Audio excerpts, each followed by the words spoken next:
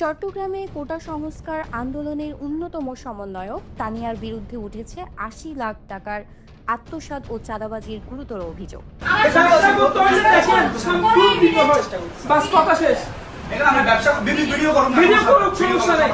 Viral হওয়া ভিডিওতে দেখা যায় নগরীর এক ক্যাফেতে আর্থিক লেনদেন নিয়ে তানিয়া ও আরও দুজন ব্যক্তি তর্কে জড়ান।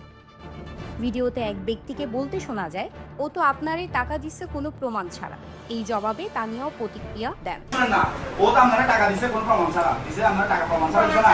এখন টাকাটা নেওয়ার জন্য আপনার কাছে একটা প্রমাণ রাখার সমস্যা আছে? হ্যাঁ, আমরা ভাই এরকম ৮০ লাখ টাকা দিছি, ৮০টা চেক দিছি ভাই। অভিযোগ অনুযায়ী টেন্ডার পাইয়ে দেওয়ার কথা বলে এক ব্যবসায়ীর কাছ থেকে নেওয়া হয়েছিল ৮০ লাখ টাকা।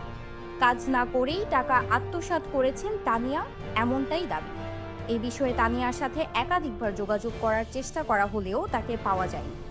তবে বৈষম্য বিরোধী ছাত্র আন্দোলনের স্থগিত কমিটির আহ্বায়ক আরিফ মইনুদ্দিন জানান, আমি ওইটা শুনছি যে তানিয়া হচ্ছে মানে কাছ থেকে নাকি টাকা পয়সা নিতে, আমার কাছে কোনো প্রমাণ ছিল না। আবার আমি শুনছিলাম কথাগুলো, আমি দেখেছি ওইটা যে বলতেছে আমি টাকা দিব বলছি, মানে ধারের টাকা না কি টাকা, আমি তো এখানে ভিডিওতে স্পষ্ট না এটা কিসের টাকা।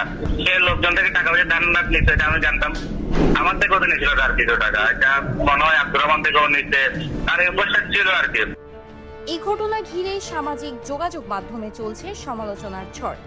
অনেকেই বলছেন, সাধারণ ছাত্রদের অধিকার আদায়ে আন্দোলন যদি কারো ব্যক্তি স্বার্থে ব্যবহৃত হয় তবে তা ক্ষমার অযোগ্য।